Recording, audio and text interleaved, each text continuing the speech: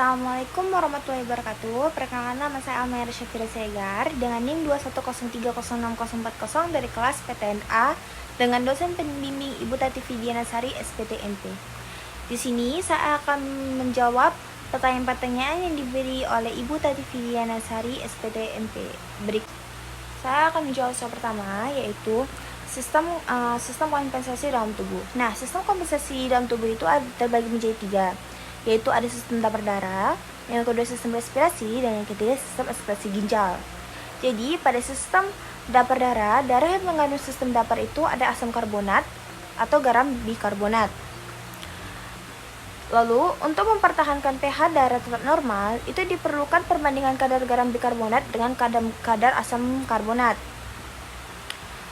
yaitu ada 20:1. Perbandingan antara banyaknya CO2 yang dihasilkan dengan banyaknya O2 yang digunakan untuk membakar nutrien. Nah, nutrien itu ada karbohidrat, lemak, dan protein. Itu dengan CO2 yang dihasilkan. Lalu, RQ karbohidrat itu sama dengan 1. Artinya, untuk menghasilkan 100 molekul CO2 diperlukan 100 molekul O2 dalam metabolisme karbohidrat. RQ itu juga ada RQ lemak 0,7 dan RQ protein 0,82. Lalu ada sistem respirasi. Nah, sistem respirasi atau sistem pernapasan itu melibatkan satu pemasukan O2 dan pelepasan CO2 di alveoli. Kemudian transfer O2 dari alveoli ke jaringan. Lalu yang ketiga, ada transportasi CO2 dari jaringan ke alveoli. Kemudian itu ditentukan oleh proses difusi udara, tekanan parsial gas dalam udara pernapasan. Lalu transportasi O2 dalam darah itu berbentuk 1. Gas larut dalam plasma. Lalu yang kedua, O2 terikat dalam hemoglobin. Lalu transportasi CO2 dalam darah itu berbentuk gas larut dalam plasma, asam karbonat larut dalam plasma, ikatan karbamino dalam protein darah termasuk Hb 20%, lalu yang terakhir garam bikarbonat 70%. Kemudian sistem ekskresi ginjal itu mengatur kadar garam bikarbonat dalam darah dengan cara yang pertama, mobilisasi ion H positif di tubulus proksimal dengan reabsorpsi Na positif. Lalu yang kedua, sekresi ion H positif itu di tubulus distal ditukar dengan Na positif. Lalu yang ketiga, membentuk amonia NH4 positif di tubulus distal menggantikan Na positif yang terpakai untuk ion H positif. Lalu yang kedua, ada proses metabolisme air pada ternak.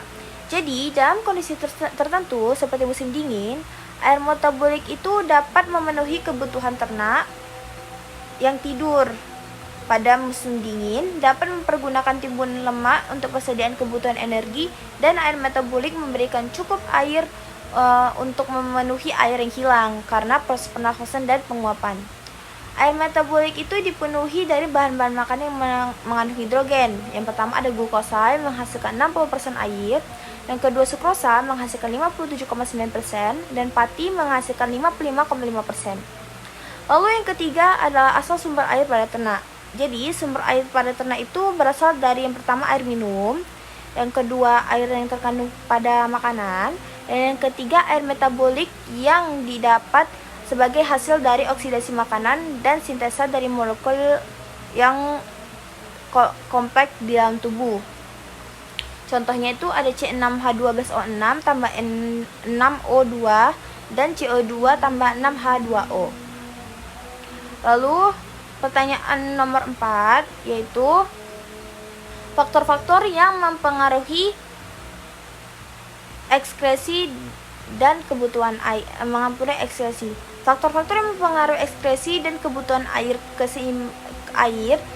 yaitu keseimbangan positif bila air yang masuk ke dalam tubuh lebih banyak daripada yang dikeluarkan dalam tubuh. Sedangkan keseimbangan negatif itu bila air yang dikeluarkan lebih banyak daripada air yang masuk dalam tubuh. Air yang hilang dari tubuh itu dapat melalui yang pertama, hilangnya air lewat kulit, itu umumnya pada mamalia.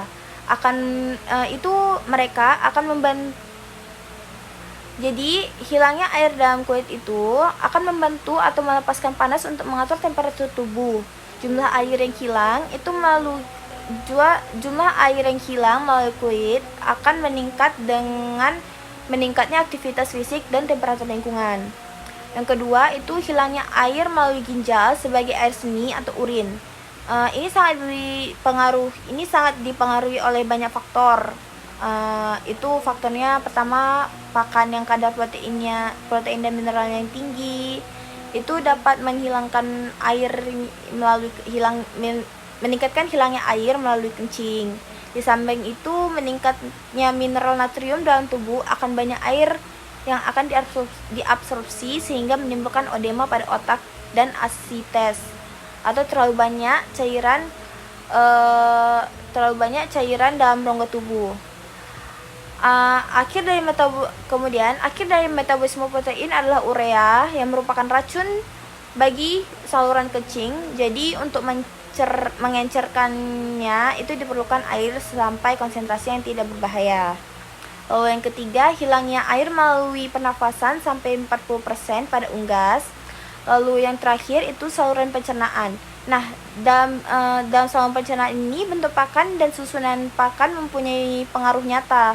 Contoh, pakan serat mempunyai sifat pencahar yang menyebabkan banyak air yang keluar dari feses.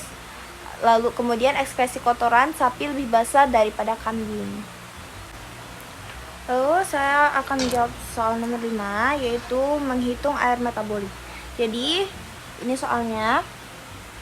Itu contoh soalnya, jika pakan mengandung karbohidrat 55%, protein 10%, dan lemak 20%, maka hitunglah jumlah air metabolik yang dihasilkan dari 100 gram makanan tersebut.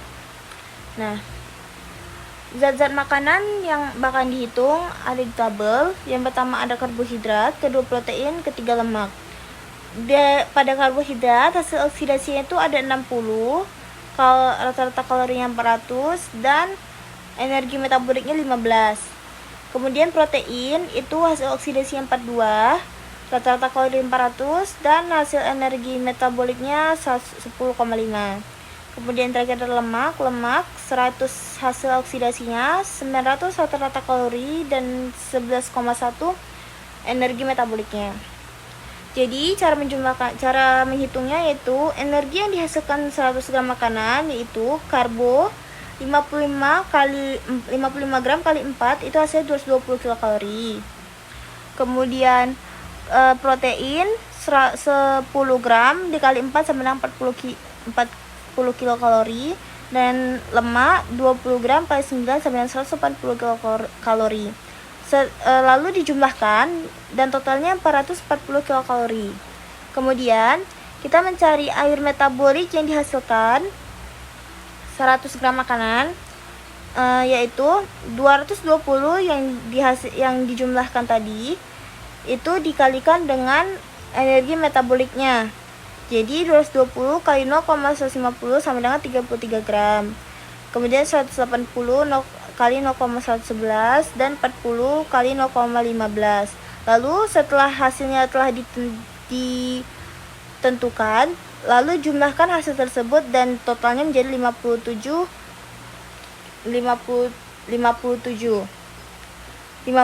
gram. Jadi bila energi ransum 1 kilokalori, maka air metabolik yang dihasilkan itu adalah 57 gram. Kemudian jadi yang dicari itu adalah bila energi dalam ransum 100 kilokalori, maka energi air metabolik yang dihasilkan adalah, jadi ini jumlahin 220 dikali 15, 180 dikali 11,1, kemudian 40 dikali 10,5. 220 dikali 15 hasilnya 3.300, 180 kali 11,198, kemudian 40 kali 10,5 hasilnya 420. Setelah dijumlahkan hasilnya itu 5.718 gram. Untuk mencari energi 100 kilokalori itu 5.718 tadi dibagi dengan energi yang dihasilkan 100 gram makanan tadi. Jadi 5.718 per 440 jadi 12,9 atau hasil akhirnya 13 dibulatkan. Jadi energi ransum 100 kilokalori tadi, maka air metabolik yang dihasilkan tadi adalah 12,9 gram. Sekian dari penjelasan saya. Lebih dan kurang saya mohon maaf. Akhir kata, wassalamualaikum warahmatullahi wabarakatuh.